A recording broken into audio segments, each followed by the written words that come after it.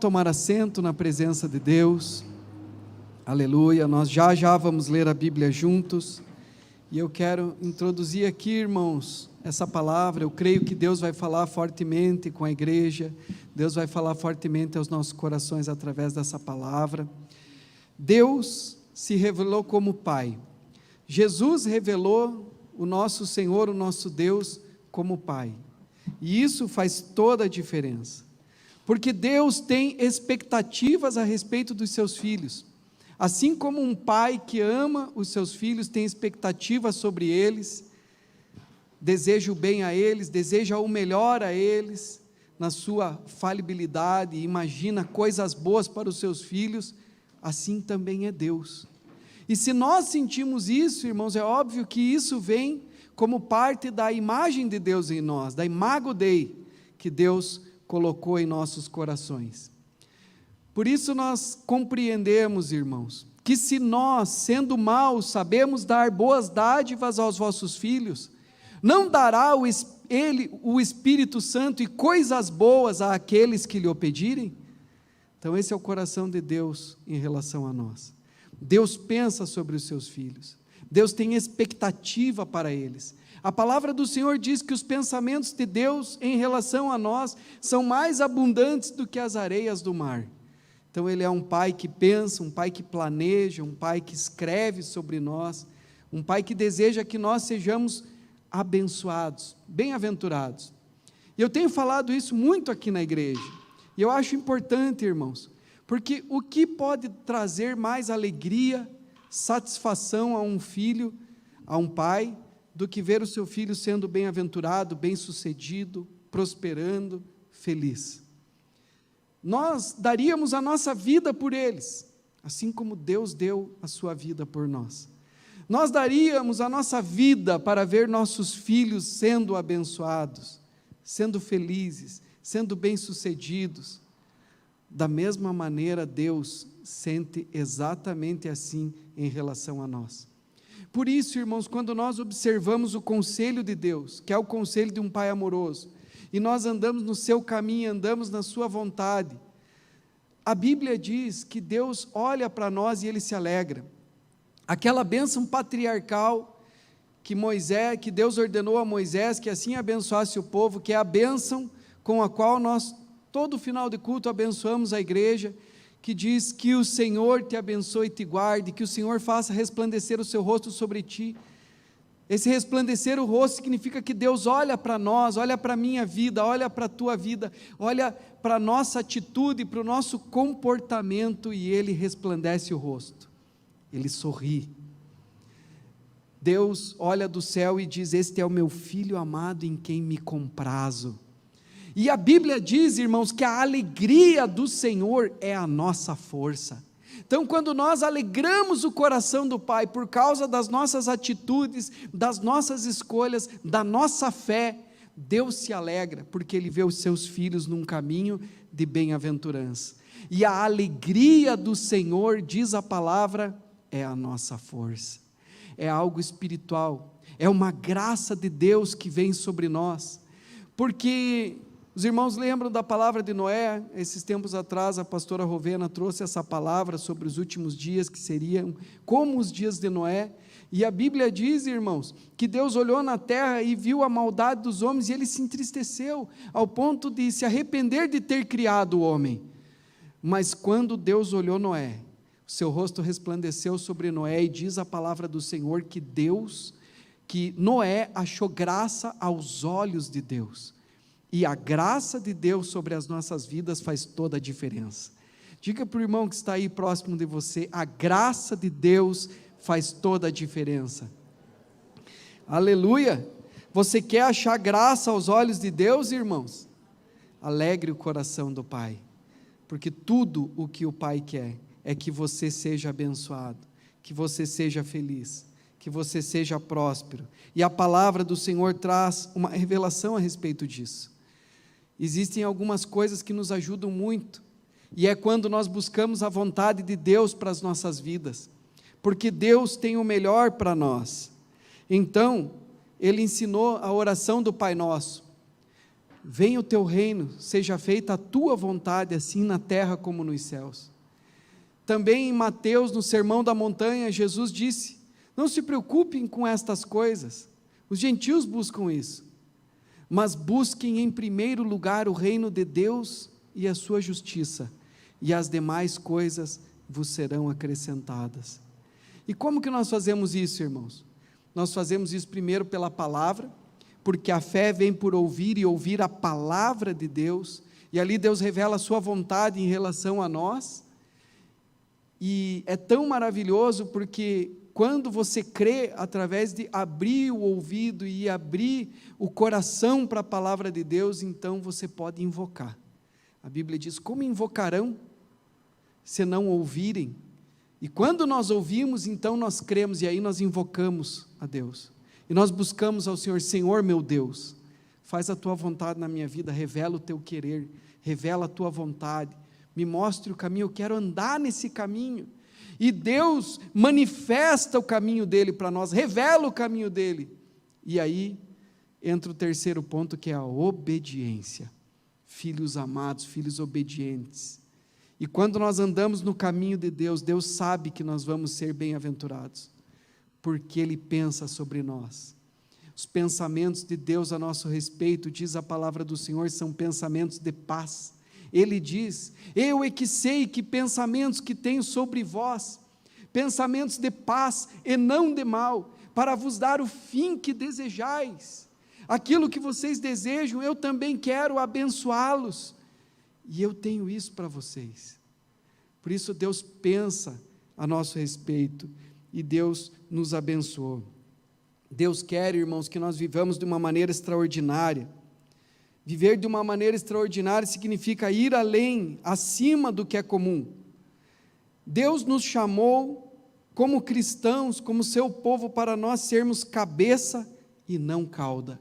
E eu quero convidar os irmãos a abrirem Deuteronômio, capítulo 28, versículo 12, para nós lermos isso na palavra do Senhor.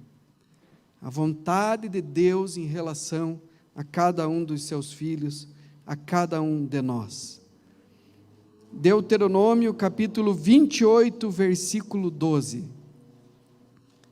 Aleluia.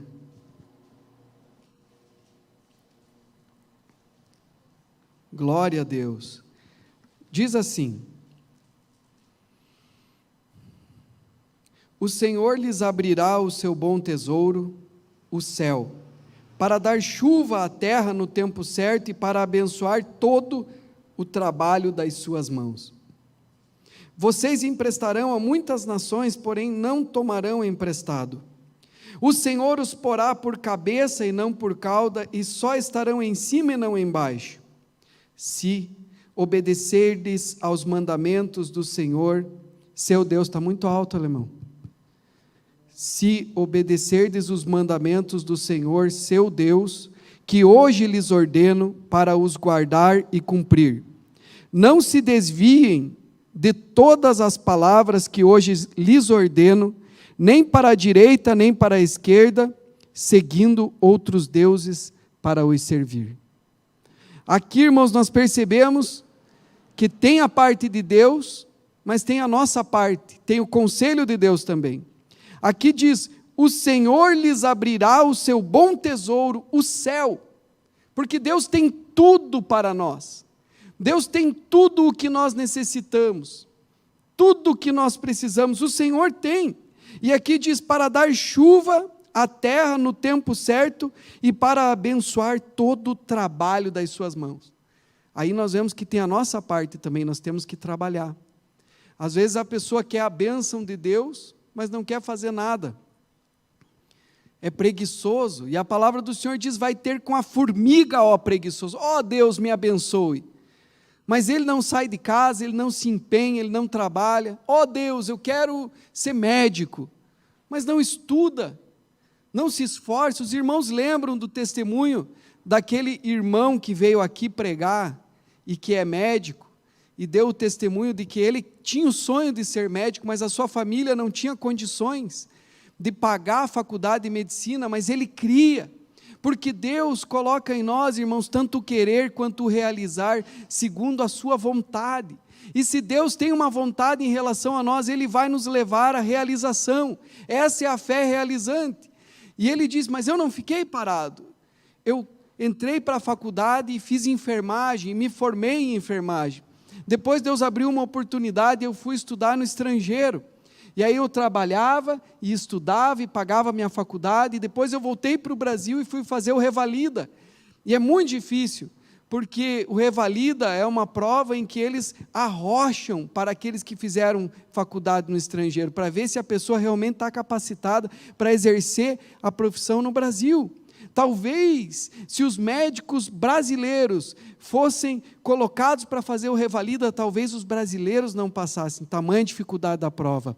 E Deus me capacitou, e eu me formei, e hoje eu sou médico, para a glória do Senhor Jesus, para a glória de Deus, para a glória do nome do Senhor. Então, irmãos, tudo é possível ao que crê, mas nós precisamos fazer a nossa parte. Aqui diz que o Senhor vai abençoar o trabalho das suas mãos, e diz, vocês emprestarão a muitas nações, porém não tomarão emprestado. Então existem conselhos bíblicos, nos quais nós vamos ouvindo a Deus, e vamos tendo esse desejo, esse coração, de agradar a Deus, de obedecer. Sabe aquele desejo, eu quero fazer conforme a palavra, eu me alegro em fazer conforme a palavra. O Salmo de Davi, Senhor, a minha alegria está em observar a tua lei, eu medito nela de dia e de noite, para fazer conforme a tua palavra. E é assim que nós temos que viver, irmãos. Então a pessoa aqui diz, você emprestará a muitos, o que a pessoa faz? Ela vai se endividar no cartão? Vai usar o recurso do cartão de crédito, para no mês que vem ela ter que cobrir o desse mês, para daí usar novamente? E de repente, se acontecer um acidente, ou acontecer um imprevisto, ou alguma coisa, o dinheiro dela já está comprometido, porque ela tem que pagar o cartão. Mas aí vem o conselho bíblico de poupar, de economizar, que nós aprendemos aqui, de ter reserva, de caminhar na direção do conselho do Senhor. Você vai emprestar a muitos e não pegará emprestado. Essas coisas não acontecem automaticamente, mas a graça de Deus vem sobre nós quando nós desejamos andar nesse caminho. O Senhor os porá por cabeça e não por cauda, e só estarão em cima e não embaixo, se obedecerem aos mandamentos do Senhor seu Deus, que hoje lhes ordeno para guardar e cumprir. Há 2 domingos atrás, irmãos, nós entendemos sobre a prosperidade da nação de Israel. Por que eles prosperam? E vimos apenas 5 princípios que fazem com que eles venham prosperar, e são simples de nós entendermos, de nós assimilarmos, e junto com estas coisas que cabem a nós, o Senhor nos dá a sua graça poderosa e nos abençoa, porque tem a bênção dele aqui. Aleluia! Diz aqui, não se desviem de todas as palavras que hoje lhes ordeno, nem para a direita, nem para a esquerda, seguindo outros deuses para os servir. Deus quer que nós venhamos viver o extraordinário, que nós sejamos cabeça e não cauda. Mas muitas vezes nós, cristãos, filhos de Deus, permitimos que o mundo conduza. Cabeça e não cauda, irmãos. Deus diz que somos cabeça, então por que a igreja permite, muitas vezes, que o mundo estabeleça o padrão de criatividade? Na verdade, o mundo deveria olhar para nós, cristãos, assim como acontece com o povo hebreu, porque praticam os princípios espirituais da palavra do Senhor, e dizerem, da onde você tirou essa criatividade? Da onde que vem isso? Se eu sou um professor de uma escola pública, as pessoas, os outros professores deveriam olhar para mim, meu Deus, da onde que você tira essa criatividade? Da onde que você tira estas ideias? Se eu estou na área da medicina, eu vou também andar dessa maneira, e eu deveria estar trazendo maneiras inovadoras de tratar doenças, coisas criativas, porque na realidade, irmãos, aquele que é o Senhor dos céus e da terra, o Criador de toda a ciência, Ele habita dentro de mim, aleluia. Então isso é para o povo de Deus, isso é para nós, essa sabedoria vem do alto, essa sabedoria vem de Deus. E as pessoas poderiam perguntar: meu Deus, da onde que vem isso? Da onde que vem essas ideias? Da onde que vem essa criatividade? Da onde que vem essa bem-aventurança? E nós deveríamos dizer: vem da graça de Deus, aleluia. Nós olhamos, irmãos, na Bíblia Sagrada, a história de Daniel e seus 3 amigos. Estes hebreus foram tirados daquele pequeno país de Israel e foram trazidos para a nação mais poderosa do mundo. E era a nação mais poderosa porque o rei Nabucodonosor, ele pegava o melhor de cada povo e trazia, e ele investia em ciência, ele investia em sabedoria, ele investia na área do conhecimento, e ele trazia de todos os povos o melhor, e ali estavam os melhores e maiores sábios de todo o mundo, todo o conhecimento estava ali. Muitas vezes nós pensamos que é na América que isto está nos dias de hoje, mas na realidade os Estados Unidos é o número 16 em educação. Mas a Babilônia naquela época era a número 1 do mundo na economia, nas artes, nas funções sociais. A Babilônia era a número 1 do mundo em todas as categorias. E esses 4 jovens, Daniel e os seus 3 amigos, foram trazidos desse país pequeno e foram levados ali. Mas ali naquele lugar, Deus os colocou por cabeça e não por cauda, porque essa promessa, irmãos, diz respeito também a nós, diz respeito a mim, diz respeito a vocês. A Bíblia diz, irmãos, que o próprio rei da Babilônia disse que eles eram 10 vezes mais sábios, mais inovadores, mais criativos do que todos os outros líderes que estavam ali naquela época. Por isso eles foram elevados ao topo. Deus os colocou por cabeça e não por cauda. Imagine aquelas pessoas dizendo: nós estamos aqui, aprendemos com os maiores sábios, sabemos das coisas, e esses jovens chegam daquele paizinho pequeno, e eles têm 10 vezes mais criatividade, são 10 vezes mais inovadores, são 10 vezes melhores do que nós. Isso é tremendo, irmãos. John Bevere, que é um autor brilhante dos nossos dias, eu já tive a oportunidade de ler alguns livros dele, e eu recomendo para os irmãos, é uma bênção. Ele conta que um amigo dele trabalhava na GM, e esse amigo dele era um dos designers da General Motors, de um time de grandes designers, que eram cruciais para a General Motors, porque deles vinham as inovações, deles vinham os desenhos, os projetos, e todos os anos a administração fazia uma avaliação sobre o quanto que esses desenhos, que esses projetos deles economizaram, e o quanto que esses projetos, esses desenhos deles trouxeram de lucro para a GM. E ali eram apresentadas juntas 2 planilhas, quanto de economia e o quanto de lucro que esses engenheiros trouxeram para a GM. E um dia, irmãos, esse amigo de John Bevere estava lendo Daniel, o livro de Daniel, e de repente ele percebeu que Nabucodonosor dizia isto: esses homens na verdade são 10 vezes mais sábios, mais inteligentes, mais capazes do que todos os sábios que há aqui no reino. E ele disse: Senhor meu Deus, hoje nós vivemos na revelação da tua graça. Naquela época, também eles viviam num tempo em que o Senhor os abençoava, mas hoje nós vivemos na revelação plena da graça.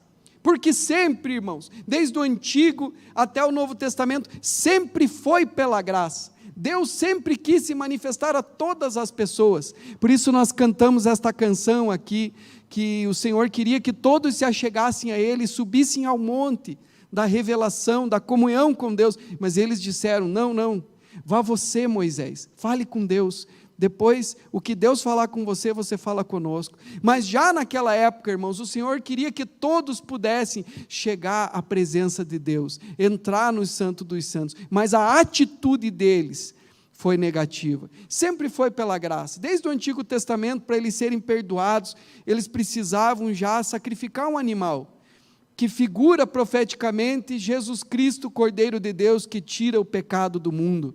Então, sempre foi pela graça. Se você lê o livro de Hebreus, você vai ver no livro de Hebreus que está escrito que os filhos de Abraão são os da fé. Os da fé é que verdadeiramente são filhos de Abraão, porque nós tomamos posse da graça mediante a fé, e isso é maravilhoso, irmãos. Então ele colocou o livro de Daniel sobre a mesa e ele orou a Deus. Ele disse: meu Deus, eu preciso da tua graça, está aqui na tua palavra, me capacite, me abençoe, para que eu possa produzir, para que eu possa me destacar nessa empresa onde eu trabalho, para a tua glória, para o teu louvor, para a tua exaltação, por amor do teu nome. E ele creu, irmãos. E naquele ano, quando eles fizeram a avaliação, o segundo engenheiro que melhor se destacou, ele trouxe entre a economia e a lucratividade 85 milhões de dólares para a GM. E ele ficou em primeiro lugar com 350 milhões de dólares. E ele diz: eu fui 10 vezes melhor do que o cara que ficou em segundo lugar. Deus tem isso para nós, irmãos. Veja, Paulo faz uma afirmação. Eu queria perguntar para os irmãos: quantos aqui sabiam que a graça de Deus, ela não é só para perdoar os nossos pecados e para nos salvar, mas que a graça de Deus também é para capacitar as nossas vidas, para trazer o poder de Deus sobre as nossas vidas? Quantos aqui já sabiam disso? Levanta a sua mão. Aleluia. Praticamente a metade. Isso faz toda a diferença, irmãos. 2 Coríntios, capítulo 12, versículo 9, diz assim, o apóstolo Paulo falando: então ele me disse: a minha graça é o que te basta, porque o meu poder se aperfeiçoa na fraqueza. De boa vontade, pois, mais me gloriarei nas fraquezas, para que sobre mim repouse o poder de Cristo. Amém, irmãos? A minha graça te basta. A minha graça é tudo que você precisa, Paulo, porque o meu poder se aperfeiçoa na fraqueza. Deus, na realidade, irmãos, colocou até um espinho na carne de Paulo, para que ele não se gloriasse por causa da grandeza das revelações, para que toda a glória fosse de Deus. Toda a glória é do Senhor, porque tudo é graça. Desde você estar vivo hoje, irmãos, é graça. Deus é o Criador, o sustentador da vida. Se hoje, mesmo com Covid, nós podemos respirar, e você sente o ar entrando pelos pulmões, e você se alimenta, e você vive, sorri, anda, é graça. Tudo é graça. Nós não somos merecedores de nada. Pelos nossos pecados nós teríamos morrido em Adão, nós nem existiríamos. Então o fato de nós existirmos, o fato de nós termos dons naturais, já é graça. Mas além dos nossos dons naturais, Deus quer nos dar habilidades que vêm dEle, que vão além da nossa capacidade natural. O Senhor quer nos capacitar de uma maneira maravilhosa. Então aqui diz: não importa se você é fraco, a minha graça te basta, porque o meu poder se aperfeiçoa na fraqueza. O poder de Deus que nos capacita, que nos levanta, que nos fortalece, que nos dá a vitória, esse poder de Deus, ele está relacionado com essa graça, é a graça de Deus, irmãos. Quando Deus olha para nós e nós achamos graça aos seus olhos, essa alegria do Senhor nos fortalece e nos leva além do que nós imaginamos. O apóstolo Pedro também disse em 2 Pedro capítulo 1, versículo 2 a 4, diz assim: que a graça e a paz lhes sejam multiplicadas no pleno conhecimento de Deus e de nosso Senhor Jesus Cristo. Pelo poder de Deus, nos foram concedidas todas as coisas que conduzem à vida e à piedade, pelo pleno conhecimento daquele que nos chamou para a sua própria glória e virtude. Por meio delas, Ele nos concedeu as suas preciosas e muito grandes promessas, para que por elas vocês se tornem coparticipantes da natureza divina, tendo escapado da corrupção e das paixões que há no mundo. Aleluia! Graça, capacitação, poder divino. Efésios capítulo 3, versículo 20 a 21 diz assim: Ora, aquele que é poderoso para fazer infinitamente mais do que tudo que pedimos ou pensamos, conforme o seu poder que opera em nós, a ele seja a glória na igreja e em Cristo Jesus, por todas as gerações, para sempre. Amém. É poderosa essa palavra, né, irmãos? Ora, aquele que é poderoso para fazer infinitamente mais do que tudo que pedimos ou pensamos, conforme o poder que opera em nós. Então aqui, irmãos, não fala de um poder pontual que vem uma vez na vida e que nos dá uma bênção. Não, não. É um poder que está em nós, uma vida que opera em nós. E isso é maravilhoso. Mas essa graça, irmãos, que nos torna capazes, não é automática. Nós precisamos nos apropriar dela. E como nós temos acesso a esta graça? Romanos capítulo 5, versículo 2. Pelo qual obtivemos também acesso pela fé a esta graça, na qual estamos firmes e nos gloriamos na esperança da glória de Deus. É pela fé. É mediante a fé que nós temos acesso à graça divina. John Bevere, ele traz uma ilustração sobre isso, e ele diz assim: como se na minha casa eu tivesse um poço, e eu dependesse desse poço para ter água na minha casa, mas de repente o poço seca.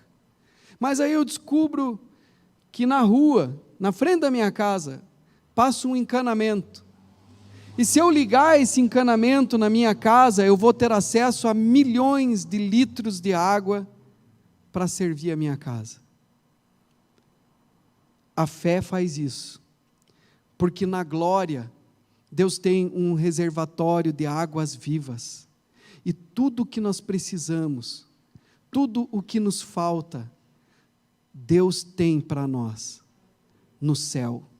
Por isso o Senhor abre os céus, abre os seus reservatórios, e Ele abençoa o trabalho das nossas mãos, e Ele faz com que nós sejamos abençoados em nossas vidas, e Ele nos torna extraordinários, e nos levanta por cabeça e não por cauda. É isso que o Senhor quer fazer com as nossas vidas, irmãos.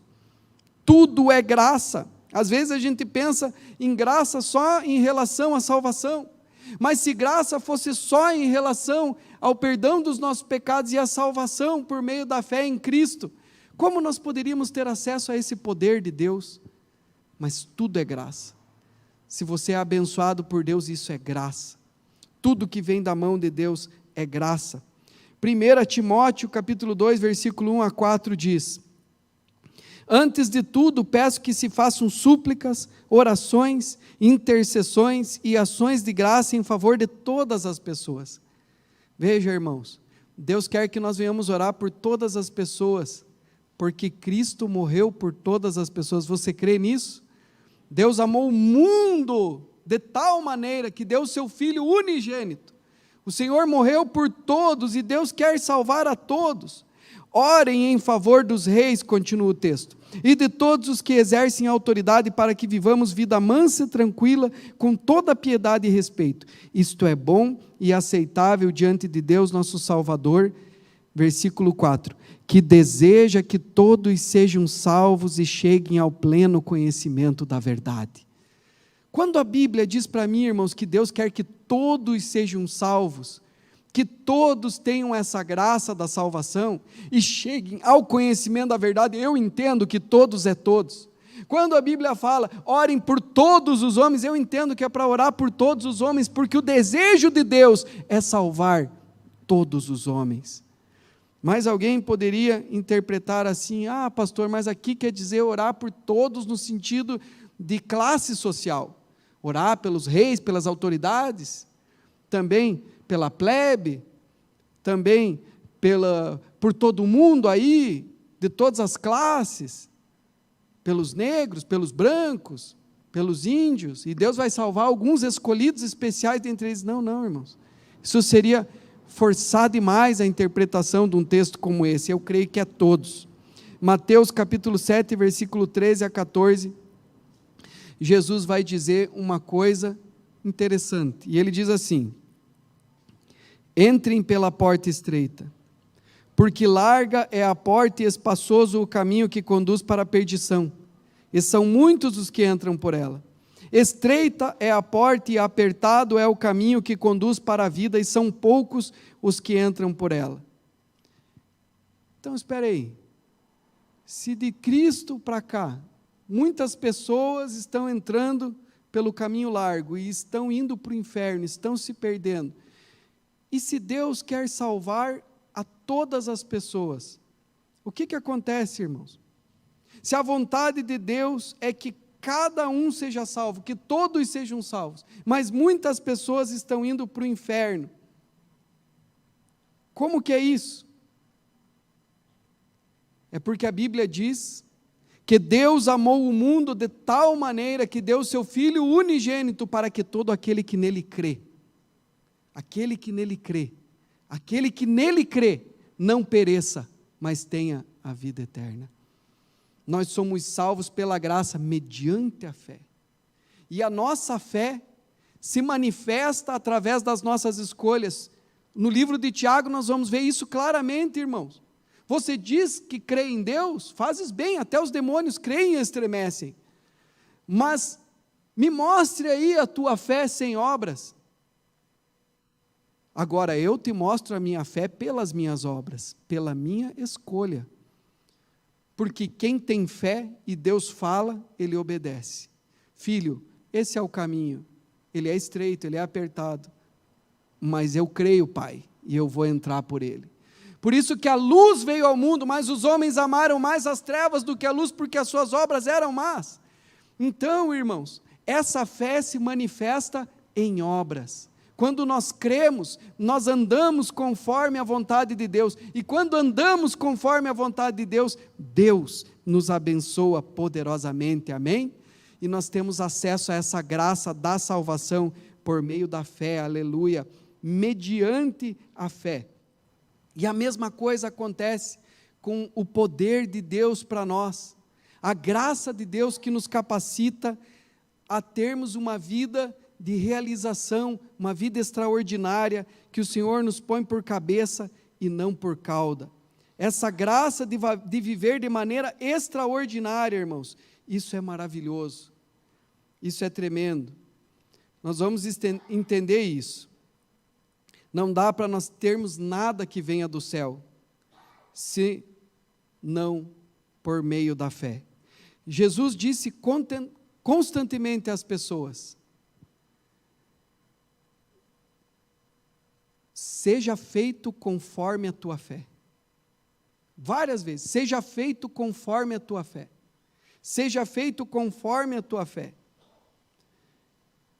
John Bevere compartilhou algo, irmãos, que eu quero compartilhar com os irmãos, porque eu me identifiquei. Ele disse que num teste lá dos Estados Unidos, como um teste do Enem, um teste onde tinha também uma prova de inglês para eles, e ele fez a prova, o score dele foi o mais baixo. E como ele vive pregando e dando palestras ao redor do mundo, e dando esse testemunho, ele descobriu que só 2 pessoas até hoje tiraram nota menor do que ele nessa prova de inglês e de redação. E ele sabia disso. Porém, um dia, Deus chega para ele e diz assim: eu quero que você escreva um livro. E ele diz: mas Senhor, o Senhor sabe que eu não tenho condições de escrever um livro. Como é que eu vou escrever um livro? Eu não tenho como escrever um livro. O Senhor sabe que eu fui a nota mais baixa no teste de redação e de inglês, que eu sou horrível nisso. E o Senhor se calou. Por 10 meses, Deus não falou nada. De repente, veio uma mulher de um dos estados, lá dos Estados Unidos, e usada em profecia falou para ele: se você não escrever o livro que Deus mandou você escrever, o Senhor dará para outra pessoa, mas você vai ser julgado por isso. E ele ficou um pouco assustado. 2 semanas depois, veio uma outra mulher, de um outro estado dos Estados Unidos e entregou a mesma palavra para ele. Deus mandou você escrever um livro. Se você não escrever, Deus vai dar para outra pessoa, mas você vai ser julgado por isso.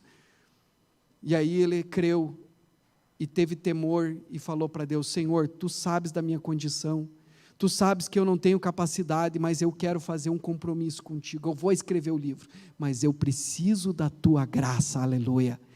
E hoje ele escreveu mais de 20 livros, irmãos, e os livros dele são best-sellers. Um dos livros dele nos Estados Unidos foi um best-seller, e nos Estados Unidos, quando um livro vira best-seller, ele é um dos 10 livros mais vendidos da nação, e ele não é por categorias, ele é de todas as categorias, científico,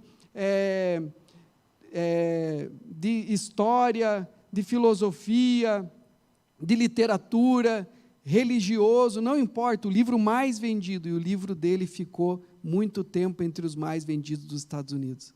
Aí ele mostra o livro e diz assim: sabe por que o meu nome está escrito aqui na capa desse livro? Porque eu fui o primeiro a ler, porque a mensagem eu sei de onde veio, aleluia, é a graça de Deus, irmãos.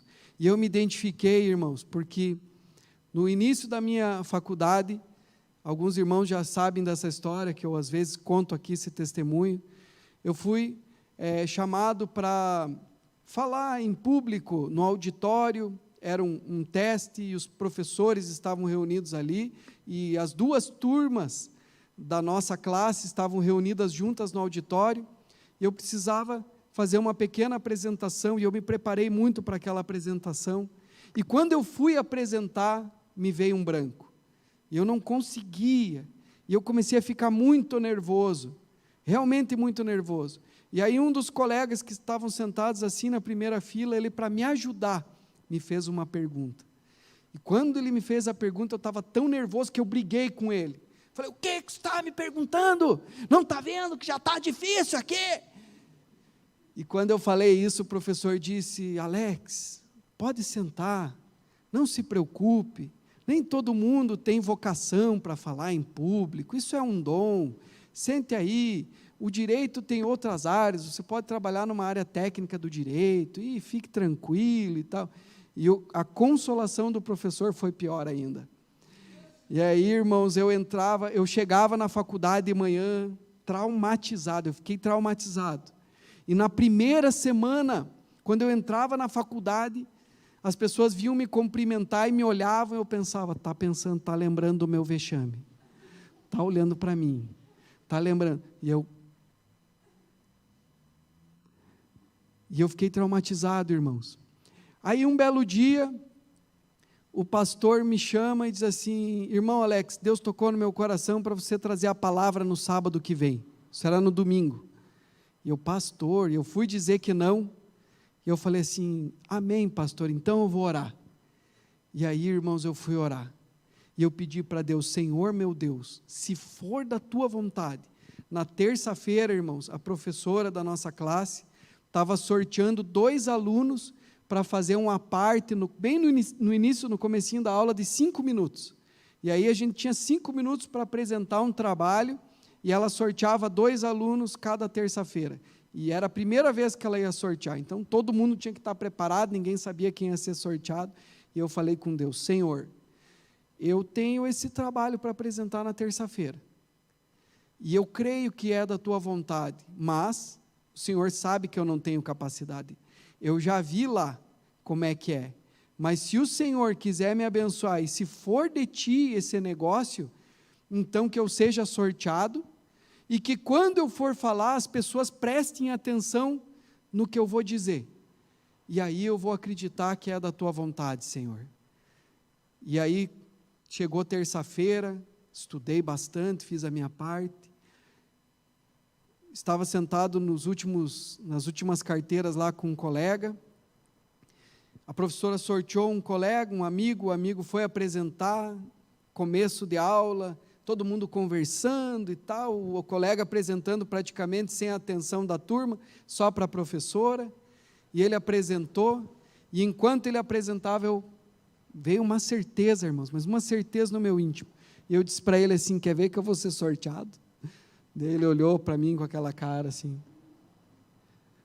Eu disse para ele, e quer ver que quando eu for falar, todo mundo vai prestar atenção? Ele deu uma olhada para a turma, aquele barulhão, todo mundo conversando, e disse assim, quero ver que micagem que você vai fazer aí. E aí eu fui. E daí a professora sorteou Alex Ramos. Eu já peguei o livrinho e fui. Quando eu cheguei lá, irmãos, eu abri o meu livro e eu disse, bom, o tema que eu vou apresentar, só escutei o barulhão de carteira se arrumando. A sala inteira parou, todo mundo me olhando. Eu não sei se eles pararam me olhando porque eles pensaram, vamos ver o vexame de hoje. Não sei se foi por isso, mas uma coisa eu sei, era o sinal que eu tinha pedido para Deus. E foi tão tremendo, irmãos, porque quando eu vi aquilo, a sala inteira se arrumando e eles prestando atenção, eu larguei o livro em cima da carteira e saí caminhando. E o mais interessante, irmãos, as palavras vinham na minha boca, eu não precisava pensar, eu não precisava me esforçar, Deus colocava as palavras na minha boca pela graça. É como quando a gente fala em línguas estranhas, que você não pensa, o Espírito concede e você só fala, só que era em português e era da matéria, e eu só falava, e eu ia falando, e no final, irmãos, quando eu amarrei e fechei o tema e concluí, a professora olhou no relógio e disse, nossa, 5 minutos cravados, parabéns, nota 10, e aí eu vi, Deus está comigo, aleluia, glória a Deus, porque, irmãos, sempre eu tenho certeza, eu sei que não sou eu, mas é a graça de Deus em mim.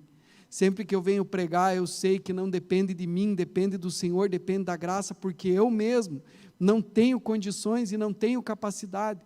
E o apóstolo Paulo também diz isso. Ele disse, eu tenho mais frutos do que todos os outros apóstolos. Não eu, mas a graça de Deus em mim, aleluia. Amém, irmãos? E isso é maravilhoso. E você vai começar a andar no sonho de Deus para a sua vida. Você pode imaginar, irmãos, o nosso Pai que nos criou, Ele tem um sonho específico, um propósito específico para cada um de nós. Está escrito no Salmo 139, versículo 16. Os teus olhos viram a minha substância ainda informe, no teu livro foram escritos todos os meus dias, cada um deles escrito e determinado, quando nenhum deles ainda existia, aleluia. Cada dia da sua vida, Deus escreveu no seu livro, desde o começo até o fim, Deus tem um propósito, é assim que Deus faz, Ele escreve a história, e Ele já sabe do final. Deus fez isso, irmãos, e Ele fez isso até mesmo com Jesus. Antes que Ele criasse o mundo, Ele falou com Jesus e chamou Jesus e disse, eu vou criar o homem, eu vou criar o mundo, mas o homem vai bagunçar, filho. E eu quero saber se você vai e morre por eles. E Jesus disse, sim, Pai, eu vou e morro por eles. Por isso, irmãos, a palavra do Senhor diz que o Cordeiro foi morto antes da fundação do mundo, por amor a nós, porque Jesus tinha livre-arbítrio, Jesus era uma pessoa da Trindade, Ele era Deus, mas Ele tinha livre-arbítrio, Deus falou com Ele, porque eles fizeram tudo juntos. Sem Jesus, nada do que foi feito se fez. Filho, eu vou criar o homem, mas eles vão errar, eles vão bagunçar. Você vai, você morre por eles. Eis-me aqui, Senhor, envia-me a mim. Eu vou, eu morro por eles. E Jesus veio, irmãos, nessa história que Deus escreveu. Só que Ele tinha livre-arbítrio, assim como nós temos livre-arbítrio de buscar a vontade, o reino, de buscar o que Deus escreveu sobre a mim e sobre a sua vida, Jesus também tinha.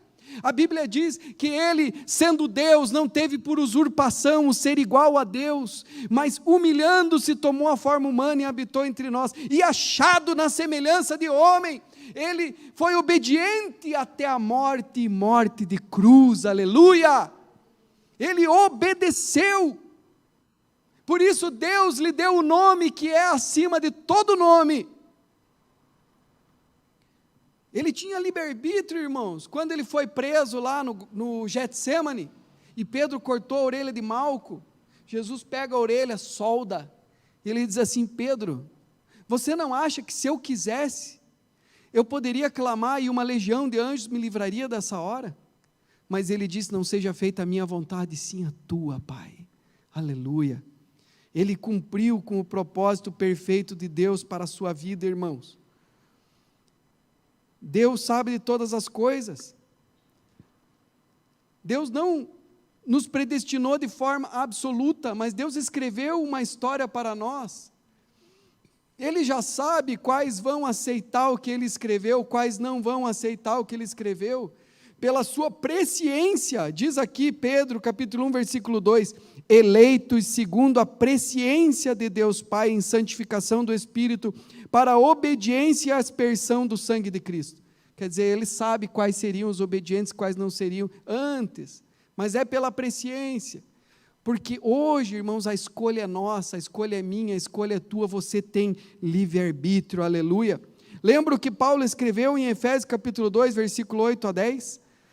Nós já lemos: porque pela graça vocês são salvos mediante a fé, e isto não vem de vós, é dom de Deus, não de obras, para que ninguém se glorie, pois somos feitura dele, criados em Cristo Jesus, para as boas obras, as quais Deus de antemão preparou para que andássemos nelas. Deus preparou de antemão, Ele escreveu sobre você, Ele sonhou sobre você, Ele preparou um propósito específico para a tua vida, irmão. Obras para que você ande nelas. Mas aí cabe a nós andarmos no extraordinário de Deus, das obras que Deus de antemão, aquilo que Ele escreveu para nós ou não. A palavra do Senhor diz que nós seremos julgados. E aí, irmãos, só é possível ser julgado se você for responsável pelas tuas obras, se você tiver livre-arbítrio, pelas tuas escolhas, se você for capaz. Tanto que um louco, um demente que não sabe o que está fazendo, ele não pode ser condenado num tribunal comum, ele tem que ser levado para um hospital psiquiátrico. Mas aqueles que são capazes, são julgados e condenados pelas suas obras. A Bíblia diz também que nós daremos conta de tudo o que tivermos feito por meio do corpo. Então haverá o tribunal dos ímpios, que é o trono branco, e eles serão julgados e lançados no lago que arde com fogo e enxofre, mas também haverá o tribunal de Cristo. E os irmãos lembram de Daniel? Que Daniel falou, os livros serão abertos. E o que está escrito nesse livro? E como que nós seremos julgados? Nós vamos ser julgados, irmãos, pelo que está escrito no livro, pelo que Deus escreveu a nosso respeito, pela história extraordinária, maravilhosa de filho que Deus queria, a expectativa que o Senhor tinha para mim e para você, está escrita naquele livro, e o Senhor vai comparar. Aqui está escrito a história que eu escrevi para você, vamos comparar o jeito que você viveu. Então nós vamos ser julgados, irmãos, dessa maneira. Nós não vamos ser julgados de acordo com aquilo que nós fizemos, mas a comparação do que fizemos com aquilo que Deus queria que nós fizéssemos, o propósito dele para as nossas vidas. E o que está escrito nesse livro em relação a você, irmão? O Senhor quer revelar, o Senhor quer que você ande nessa vontade. Por isso que é tão importante buscar o reino, buscar em primeiro lugar, não é a minha vontade, Senhor, eu quero fazer a tua vontade. Senhor, qual que é a tua vontade, Pai? E deixar de ser preguiçoso, deixar de ser desse mundo, irmãos, e passar a fazer a vontade de Deus. E eu quero dar para vocês aqui uma revelação, uma informação privilegiada do que está escrito nesse livro a respeito de você. Vocês estão prontos para ouvir? Aleluia! Querem saber, irmãos? Uma coisa que está e que é da vontade de Deus e que é a revelação de vocês sobre esse livro, sobre o futuro e sobre a vida de vocês. O que Deus escreveu nesse livro sobre a tua história é maior do que a tua capacidade natural. Amém? Por quê, irmãos?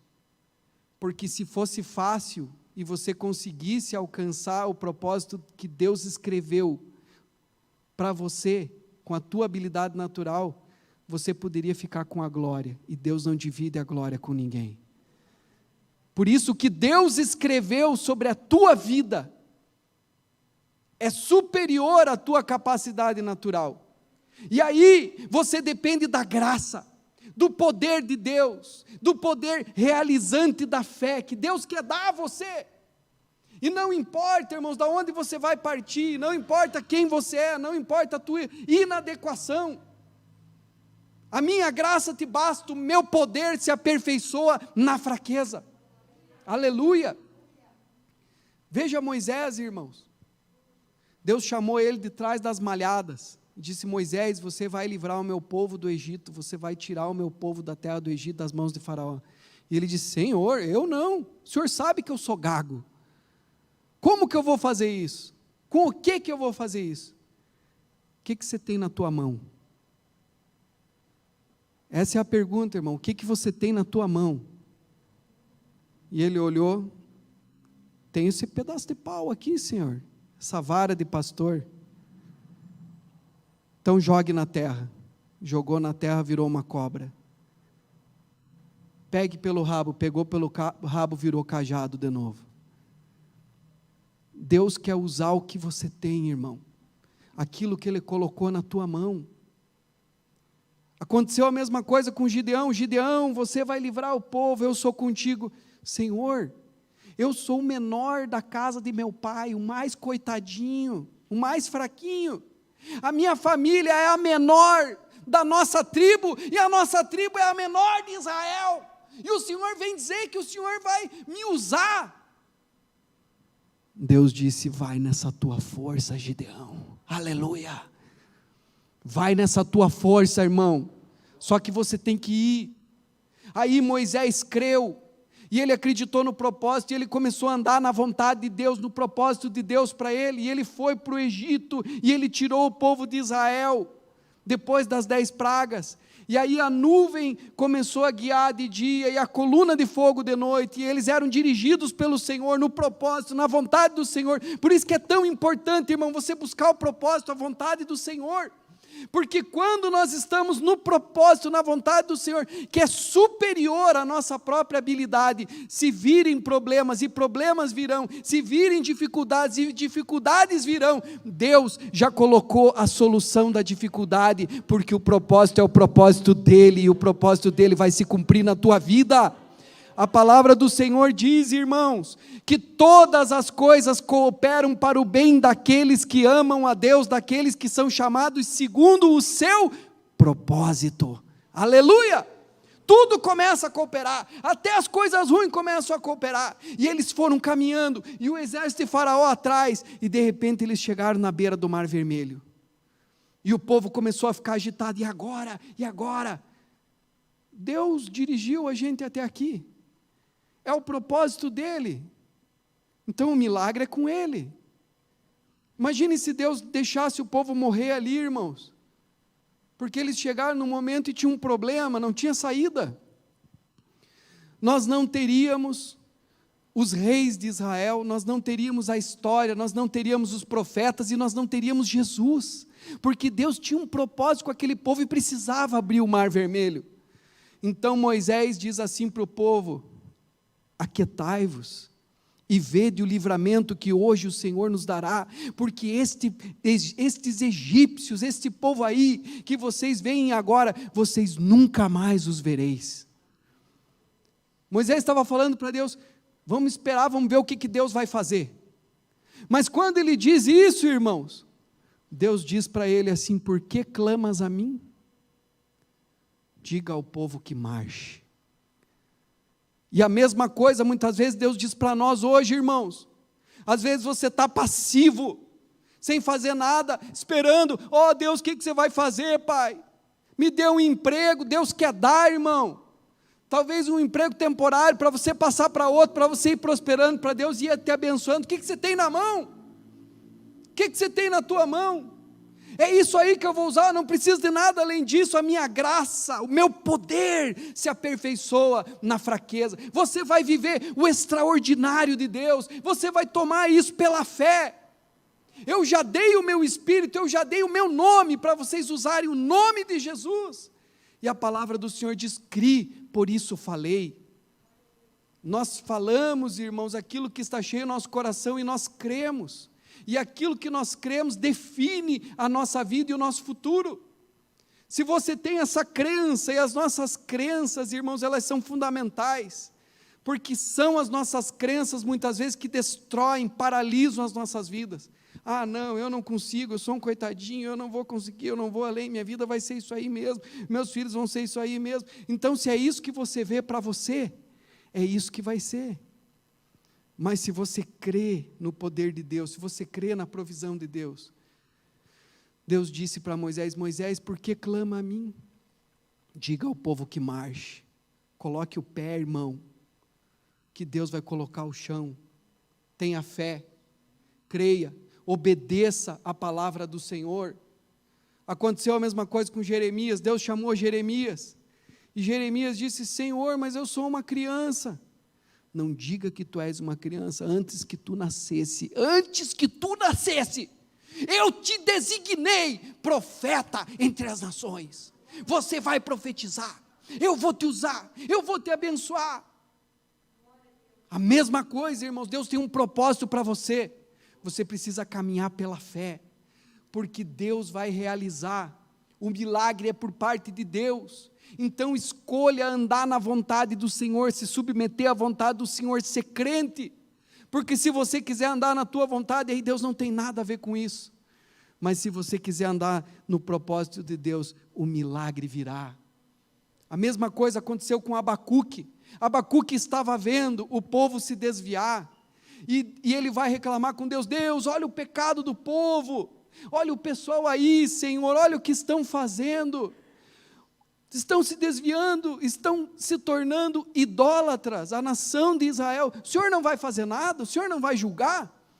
E Deus disse: eu vou levantar a Babilônia, e eles vão ser levados cativos, como escravos para a Babilônia, e eu vou julgar a nação de Israel através da Babilônia. Mas Senhor, a Babilônia é mais pecadora do que nós. Depois eu vou julgar a Babilônia, mas agora eu vou usar a Babilônia para fazer esse juízo. E aí, irmãos, ele entendeu. Aí ele compreende o propósito de Deus. E ele diz: ainda que a figueira não floresça, ainda que nos currais não haja gado, ainda que o fruto da oliveira fale, ainda assim me alegrarei e exultarei no Deus da minha salvação. Aleluia! O Senhor é bom e tudo que Ele faz é bom. Amém, irmãos? Para terminar, irmãos, Jesus mandou os discípulos: atravessem daqui para lá, no mar. E eles pegaram os barquinhos e começaram a atravessar. E era 3 da madrugada, e eles tinham remado já 9 horas, e os ventos eram contrários. E eles estavam lá, ventos contrários, remando, e aquilo não ia. De repente vem Jesus, caminhando por sobre as águas. E a Bíblia diz, irmãos, que Jesus vinha caminhando por sobre as águas. E diz a palavra do Senhor que ele intentava propositadamente passar à frente. E ele vinha, e os bichos lá. E Jesus vinha, propositadamente intentava passar-lhes à frente. Aleluia! Só que daí eles se tocaram e começaram a clamar: Jesus, ajuda-nos, salva-nos, entra no barco, aleluia! E o Senhor entrou no barco, irmãos, e a Bíblia diz que Ele entrou no barco, e logo chegaram. A diferença da graça e sem a graça. Aleluia! Você quer com a graça ou quer sem a graça? Tome posse pela fé, irmãos. A graça nos capacita, a graça nos abençoa, a graça faz toda a diferença. Aleluia! Então, irmão, se você tiver essa visão, essa mentalidade, e você crer, a Bíblia diz: se creres verás a glória de Deus. Vamos nos colocar em pé na presença de Deus?